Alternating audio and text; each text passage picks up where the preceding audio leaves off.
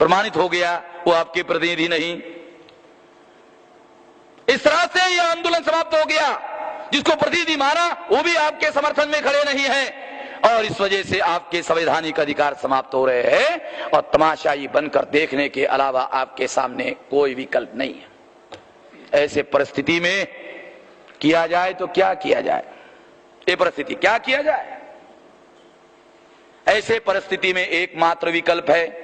क्या विकल्प है? एकमात्र विकल्प है और वो विकल्प क्या है? राष्ट्रव्यापी आंदोलन का निर्माण करना होगा। राष्ट्रव्यापी आंदोलन का निर्माण करना होगा। राष्ट्रव्यापी आंदोलन का निर्माण किए बगैर आपकी समस्याओं का समाधान होना संभव नहीं है।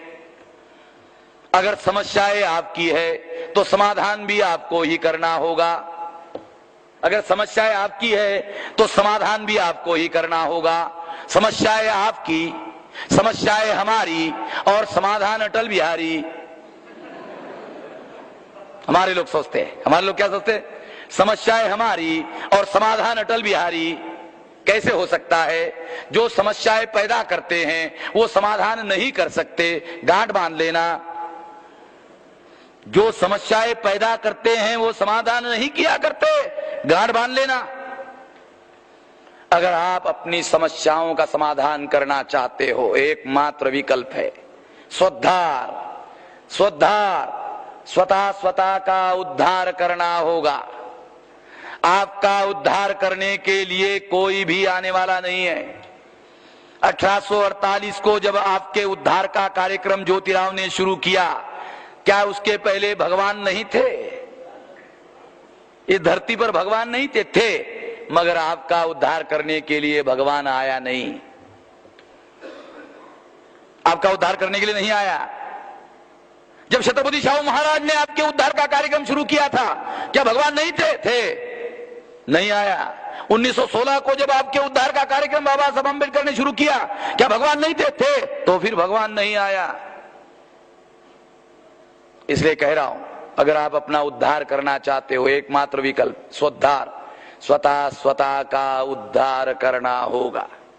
आपका उद्धार करने के लिए भगवान भी आने वाला नहीं है। भगवान ने गीता में लिख दिया, यदा यदा यधर्मस्य ग्लानिर्भवति भारत। भारत को ग्लानि आएगी, संकट आएगा तो आऊंगा। भगवान ने लिखा तो आऊंगा। भगवान ने लिखा, क्या लिखा? यदा यदा धर्मस्य ग्लानिर्भवति भारत। ग्लानि आएगी भारत में तो मैं भारत में आऊंगा। भगवान ने लिखा भारत में आऊंगा। हमारे लोग राह देख रहे कि कोई आएगा। 2000 साल से राह देख रहे, 2000 साल से वेटिंग कर रहे हैं। वेटिंग होना चाहिए मगर साला 2000 साल से वेटिंग कर रहे, मगर कोई नहीं आ रहा है। भगवान ने गीता में लिख दिया था, क्या लिखा था? यदा यदा यधर्मस्य ग्लानिर्भवति भारत। भारत में आऊंगा। क्या लिखना चाहिए था भगवान ने? क्योंकि जो भगवान को मानने वाले लोग हैं वो क्या कहते हैं? भगवान कन कन में है, भगवान सर्वव्यापी है। अगर भगवान कन कन में है, भगवान सर्वव्यापी है, तो भगवान ने क्या लिखना चाहिए था? यदा यदा धर्मस्य ग्लानिर्भवति दुनिया। भगवान ने क्या लिखना चाहिए था? दुनिया लिखना चाहिए था।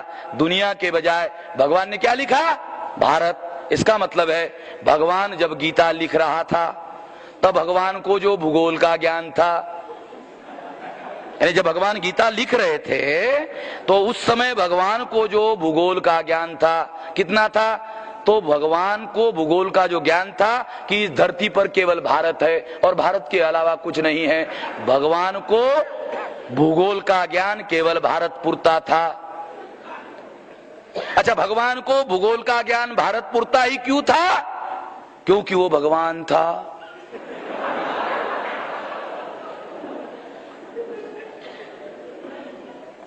साथियों, भगवान ने लिखा कि यदा यदा धर्मस्य ग्लानिर्भवति भारत।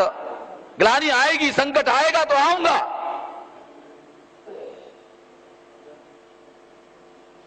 फिर आगे और लिखा, सज्जनों के काहे के लिए आऊंगा? सज्जनों का बचाव करने के लिए आऊंगा और दुर्जनों का नाश करने के लिए आऊंगा। ये जो सज्जन उन्होंने उधर कहा है शास्त्र में, किसको कहा? ब्राह्मण क्षत्रिय वैश्य को सज्जन कहा। और जो शूद्र है उसको क्या लिखा? लिखा है शास्त्रों में दास, दस्यु, दानव, दैत्य, राक्षस, और एक नाम दिया दुर्जन। आपके पुरखों के जो बहुत सारे नाम हैं, शास्त्रों में एक नाम और है और वो नाम है दुर्जन। और गीता में दुर्जन शब्द लिखा है। क्या लिखा है? कि सज्जनों का बचाव करने के लिए आऊंगा और दुर्जनों का नाश करने के लिए आऊंगा। आपके पुरखों का एक नाम दुर्जन था। अगर आपके पुरखों का नाम दुर्जन था तो वर्तमान पीढ़ी के लोग, आप जो बैठे हुए हो, वो दुर्जनों की वर्तमान संतान हो। अगर भगवान टेम्भुर्नी में आया होगा तो वो पूछता होगा, अरे दुर्जन कहाँ गए, कहाँ गए, कहाँ गए? तो किसी ने बताया होगा भगवान को कि वामन मेश्राम की सभा वो वहां संकेत उधर चल रही है, हॉल में चल रही है, सारे दुर्जन इकट्ठा हो गए हैं। तो भगवान ने उनको कहा होगा, अच्छा हुआ, घर घर में जाने की जहमत उठानी नहीं पड़ेगी, सारा दुर्जन इकट्ठा मिलेगा, साफ कर दूंगा।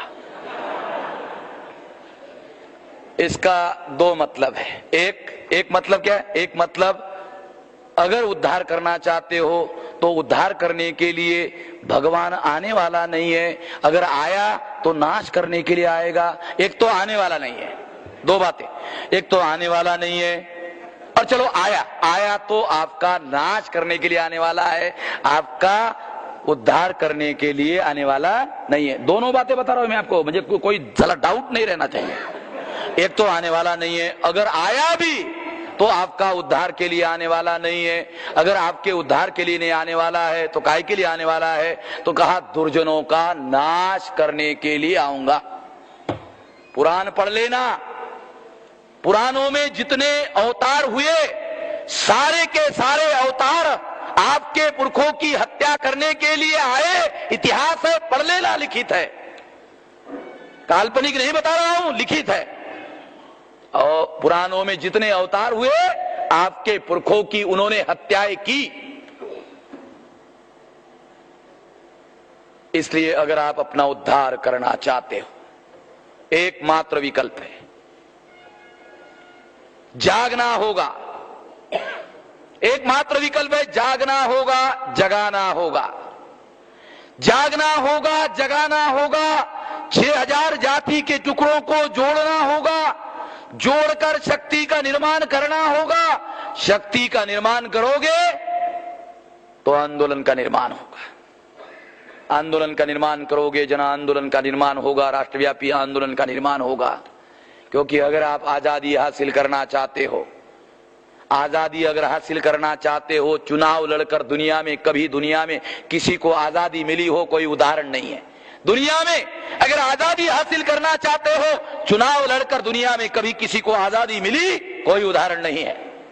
दूसरी बात, दुनिया में आजादी मांग कर नहीं मिलती है, क्योंकि मांगने से तो भीख नहीं मिलती, आजादी कहां से मिलेगी? मांगने से भीख नहीं मिलती, आजादी कहां से मिलेगी? चुनाव से आजादी मिलती नहीं है, मांगने से आजादी मिलती नहीं है। आजकल का जमाना गठबंधन का जमाना है। एक सोनिया का गठबंधन है, एक अटल बिहारी का गठबंधन है, और गठबंधन में बहुत सारे दल होते हैं। तो दल का जो प्रमुख होता है उसको कहना पड़ता है, भाई इलेक्शन मैनिफेस्टो में थोड़ा थोड़ा लाओ, मिनिमम लाओ। सब लोगों का मिनिमम लाते हैं और कॉमन मिनिमम बनाते हैं। तो गठबंधन में मिनिमम काम हो सकता है, मैक्सिमम काम नहीं हो सकता। आजादी मिनिमम में शामिल नहीं होती है, वो तो मैक्सिमम में शामिल होती है। इसलिए गठबंधन से भी आपकी आजादी का मसला हल होने वाला नहीं है। ये 3 तरीके हैं, 3 रास्ते हैं। एक चुनाव, इससे आपका मामला हल होने वाला नहीं है। मांगना, इससे भी आपका मामला हल होने वाला नहीं है। गठबंधन, इससे भी आपका मामला हल होने वाला नहीं है। अगर आपका मामला 3 तरीके से हल होने वाला नहीं है तो फिर आपके आजादी का मामला कैसे हल होगा? एकमात्र तरीका है आंदोलन निर्माण करना पड़ेगा। अगर आपने 3 करोड़ लोगों से लेकर 15 करोड़ लोगों को मोबिलाइज किया तो आंदोलन नहीं रहेगा, आंदोलन जन आंदोलन में रूपांतरित हो जाएगा। दुनिया के इतिहास में सबूत है, जहां भी आजादी के आंदोलन चले वो आंदोलन जन आंदोलन थे, जन आंदोलन के आधार पर ही आजादी मिली है। अगर आप अपनी आजादी हासिल करना चाहते हो, गुलाम भारत में, आजाद भारत में गुलाम भारतीयों की आजादी हासिल करना चाहते हो, तो आंदोलन निर्माण करना पड़ेगा, आंदोलन राष्ट्रव्यापी निर्माण करना पड़ेगा, आंदोलन जन आंदोलन बनाना पड़ेगा। ये जन आंदोलन निर्माण करोगे तो क्या होगा? आज भविष्य आपका है, निर्णय का अधिकार सोनिया का है, भविष्य आपका है, निर्णय का अधिकार अटल बिहारी का है। अगर आपने राष्ट्रव्यापी आंदोलन निर्माण किया तो जानते हो क्या होगा? तब भी भविष्य आपका होगा, तब भी भविष्य आपका होगा, मगर निर्णय करने का अधिकार आपका होगा। तब भी जन आंदोलन करोगे तो खुद मुख्तियार होगे, खुद मुख्तियार होगे, आजाद होगे। जब आजाद हो जाओगे तब भी भविष्य आपका होगा, मगर एक फर्क होगा, तब भी भविष्य आपका होगा मगर फर्क होगा, तब आपको अपने भविष्य का खुद मुख्तियार होकर फैसला करने का अधिकार होगा।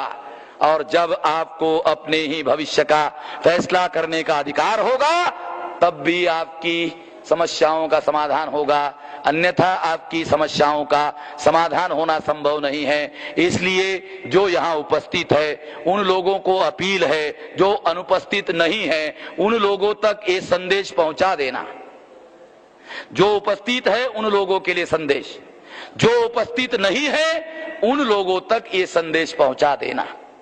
अगर ऐसा करोगे ये आंदोलन और ज्यादा बढ़ जाएगा, ये मामला और आसानी से हल होगा।